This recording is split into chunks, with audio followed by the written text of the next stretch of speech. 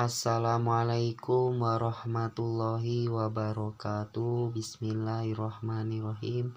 Alhamdulillahirabbil alamin wa bihi nasta'in wala umuri dunya waddin wa ala alihi washabihi ajmain amma ba'du.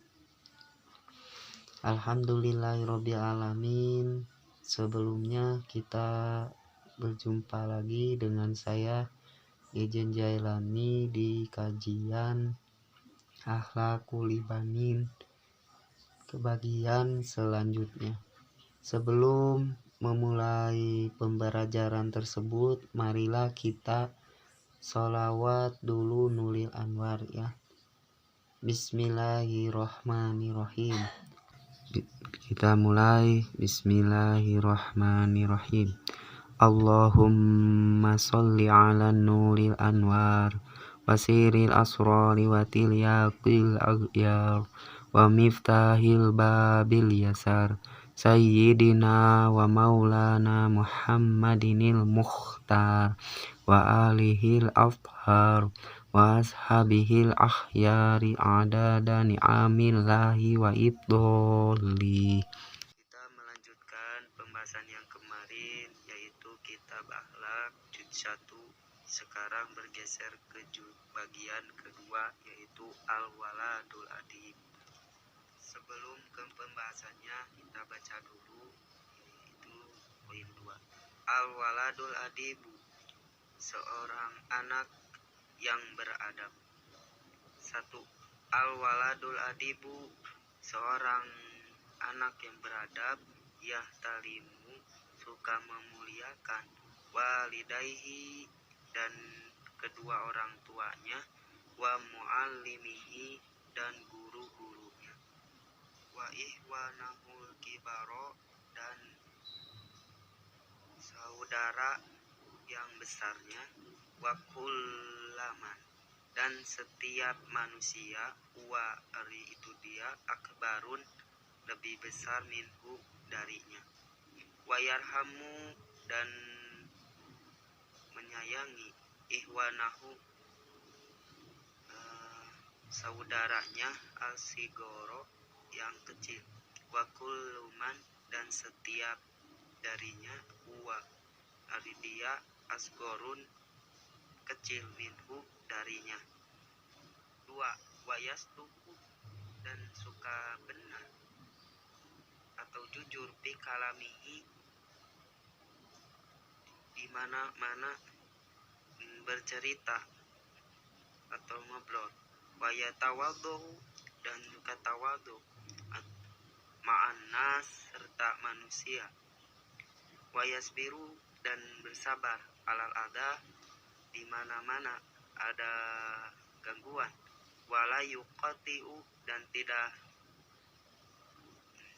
memutuskan, aulada, ke silaturahmi, wala yatahossomu, dan tidak memusuhi, mahum, serta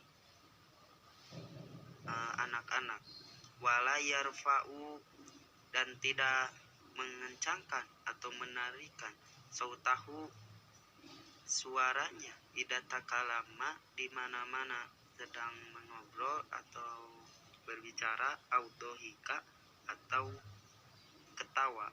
Nah, jadi pada bagian kedua ini musonib kitab Akhlaqul Ibanin telah menjelaskan al-waladul adib, seorang anak yang beradab. Dalam bagian ini dijelaskan ciri-ciri seorang anak yang beradab atau memiliki sopan santun itu dapat kita cirikan dengan beberapa ciri, yaitu yang pertama, yahtalimu walidayhi wa muallimi. Yang pertama, memuliakan kedua orang tua dan gurunya. Memuliakan berarti menganggap terhormat atau menempatkannya pada sesuai yang tinggi, tidak direndahkan. Contoh dari memuliakan kepada kedua orang tua seperti berbakti pada orang tua, kita sering membantunya, atau kita kalau disuruh ya siap ya, jangan siapnya doang tapi berangkatnya tidak, ya. Jangan gitu ya. Terus perkataan yang kita ucapkan sopan, lembut, dan tidak menyakitkan hatinya. Walaupun berkata atau oh ya itu tidak boleh. Lagi bertutur kata yang baik, seperti ucapkannya dengan bahasa santun, ya, tidak gaul-gaulan. Yang selanjutnya yaitu mendoakan orang tua, terus mendengarkan nasihat-nasihat yang diberikan, terus melakukan apa yang dirodoi orang tua, seperti orang menyuruh untuk sholat atau dan sebagainya, ya, dilakukan. Menjaga atau merawat orang tua yang sakit, memuliakannya, jangan dibiarkan orang tua sakit itu. Kan memberikan obat-obatan, terus pijat-pijat, ya, dan mendoakannya supaya sembuh. Dan kepada guru juga sama, harus dimuliakan. Cara memuliakan guru diantaranya kita takdim atau membantu kegiatan ekonominya. Ini sangat bagus sekali. Terus tidak membicarakan kekurangan atau kelemahan guru di tempat umum, ya. Jadi jangan suka mengumbar-umbar, ya, yang buruknya. Mendengarkan pembelajaran dengan baik, misalkan memperhatikan, walaupun tidak mengerti, ya perhatikan saja dengan baik. Terus tidak berjalan di depannya atau duduk di tempatnya. Nah, ini seringkali dilakukan, ya, oleh sebagian orang. Ini harus dihindari, seperti sikap seperti ini. Terus berbicara ketika diperbolehkan. Jadi jangan mentang-mentang bisa berbicara dengannya, tetapi jaga ketika diperbolehkan berbicara, ya berbicara. Kalau tidak, ya jangan. Terus lagi hormati anak guru, misalkan ketika jalan ya diberi salam seperti kepada gurunya, ya jangan mentang-mentang dia tidak mengajarkan kamu malah tidak menghormatinya, malah kayak akrab lah. Terus lagi jangan melukai hati. Sekali kalian melukai hati guru, ilmu akan yang berkurang barokah. Yang kedua yaitu wa ihwanahul kibaro, dan menghormati yang besar. Maksud yang besar di sini adalah seorang yang lebih tua dari kita.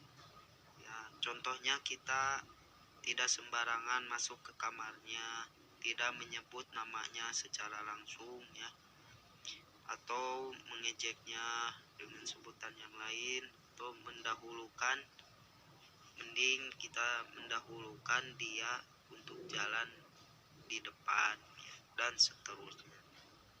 Terus lagi wa kullu man huwa akbaru minhu. Yang ketiga yaitu menghormati kepada setiap manusia yang mana dia lebih besar daripada kita. Contohnya kita menghormati pendapatnya ketika bicara, tidak meninggikan suara kita di depannya, terus memberikan penghargaan dan sebagainya. Wa yarhamu ihwanahu sigoro, dan yang keempat yaitu mencintai saudara yang lebih kecil. Maksud saudara yang lebih kecil ini adalah adik kita. Contohnya tidak menyuruh kecil tersebut untuk dipaksa bekerja yang berat-berat, ya. Terus dimarahi tiba-tiba, ya, karena kita galau jadi marahin dia, ya jangan. Terus tidak ikut campur mainan anak kecil, atau tidak melakukan mereka dengan sentak-sentak, ya, kepadanya. Wa kullu man huwa asgharu minhu, dan setiap manusia atau dia yang lebih kecil darinya. Artinya orang lain yang masih muda umurnya. Sama itu juga harus dicintai, jangan dibenci-benci pula. Kita diadukan kepada adiknya, jangan. Wayas duku fi kalamihi, dan benar dalam perkataannya atau jujur. Nah, jadi seorang anak yang beradab itu dalam bicaranya suka jujur. Kalau tidak jujur berarti dia tidak beradab. Ya. Terus lagi yang ketujuh, wayatawaddu ma'an nas, dan suka bertawadu atau rendah hati beserta manusia. Jadi seorang yang memiliki beradab mah selalu tawadu dalam perkataannya, perbuatannya, dan segala hal. Contoh, berteman kepada siapa saja tanpa memandang derajat, tidak sombong ketika sudah bisa, selalu mengajarkan atau memberi arahan dengan sabar, tidak menyentak-nyentak orang yang tidak bisa. Itu contoh orang yang beradab dalam segi tawadu.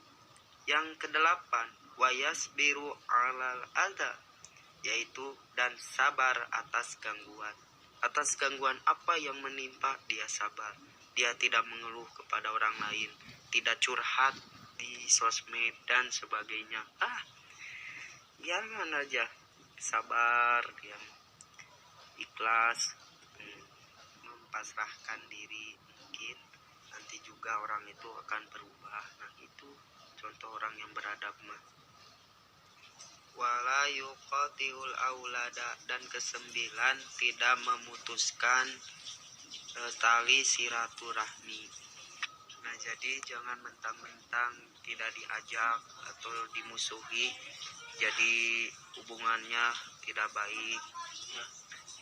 Dulunya kan kita sering silaturahmi, ketika dimusuhi langsung pergi, langsung memutuskan tidak berteman lagi. Nah itu hal ini jangan dilakukan ya. Tetaplah jalin silaturahmi yang baik. Dan kalau dia sakit, kunjungi, insya Allah dia akan menjadi baik dari. Walayatahosomu, dan tidak memusuhi ma'hum, berserta mereka. Jadi seorang yang beradab mah yang nomor 10 itu dapat dicirikan tidak memusuhi saudaranya, teman-temannya, kerabat-kerabatnya. Wala yarfa'u, dan 11 tidak meninggikan sautahu, suaranya, idza takallama, di mana-mana berbicara atau mencerita, au dohika, atau dalam ketawa. Nah, nomor 11 ciri terakhir dari seorang yang beradab adalah tidak meninggikan suaranya di mana-mana berbicara atau ketika tertawa. Jadi kalau kita ketawa atau sedang berbicara itu jangan tinggi-tinggi suaranya ya. Jangan sampai berbicara itu keras. Terus ketawa juga kencang ya. Kencang itu tidak boleh sebenarnya, karena itu tidak sopan santun. Jadi kesimpulan dari pembahasan sekarang yaitu terdapat beberapa ciri-ciri dari seorang yang beradab. Yang pertama yaitu ciri seorang yang beradab itu adalah suka memuliakan kedua orang tuanya dan guru-gurunya. Yang kedua yaitu menghormati yang besar dan yang lebih besar atau orang lain. Yang ketiga yaitu suka mencintai temannya atau kerabatnya yang kecil ya, dan orang lain. Yang keempat yaitu suka benar atau jujur dalam berbicara. Yang kelima suka tawadu atau rendah hati serta manusia. Yang keenam yaitu sabar dari segala gangguan, baik itu gangguan dari pikirannya, jiwanya, raganya, dan batinnya. Yang ketujuh yaitu tidak suka memutuskan tali silaturahmi antar sesama anak-anak atau saudaranya ya. Yang kedelapan, tidak suka bermusuhan satu sama lainnya. Yang kesembilan yaitu tidak suka menarikan suara apabila dia berkata atau bercerita. Dan yang terakhir yaitu tidak mengencangkan ketika tertawa. Nah, jadi itulah pembahasan yang bisa saya sampaikan. Kurang lebihnya mohon dimaafkan, baik itu dari segi logatan, segi bahasa, ataupun yang kurang dipahami mohon dimaklumi, karena kita sama-sama lagi belajar ya. Mudah-mudahan bermanfaat. Sekian dan terima kasih. Wassalamualaikum warahmatullahi wabarakatuh. Subhanakallahumma wa bihamdi, asyhadu alla ilaha illa anta, astaghfiruka wa atubu ilaihi. Subhanakallahumma wa bihamdi, asyhadu alla ilaha illa anta, astaghfiruka wa atubu ilaihi. Amin ya rabbal alamin. Rabbi fanfa'na bima 'allamtana, Rabbi 'allimna alladhi yanfa'una, Rabbi faqihna wa faqih ahlana, wa qarabatil lana fi dinina. Ya Allah, berilah kami manfaat dengan apa yang telah kami pelajari. Ya Allah, berikanlah Mu yang bermanfaat kepada kami. Ya Allah, berikanlah kecerdasan kepada kami, kepada keluarga kami, dan kepada kerabat-kerabat kami dalam agama kami. Amin ya robbal alamin.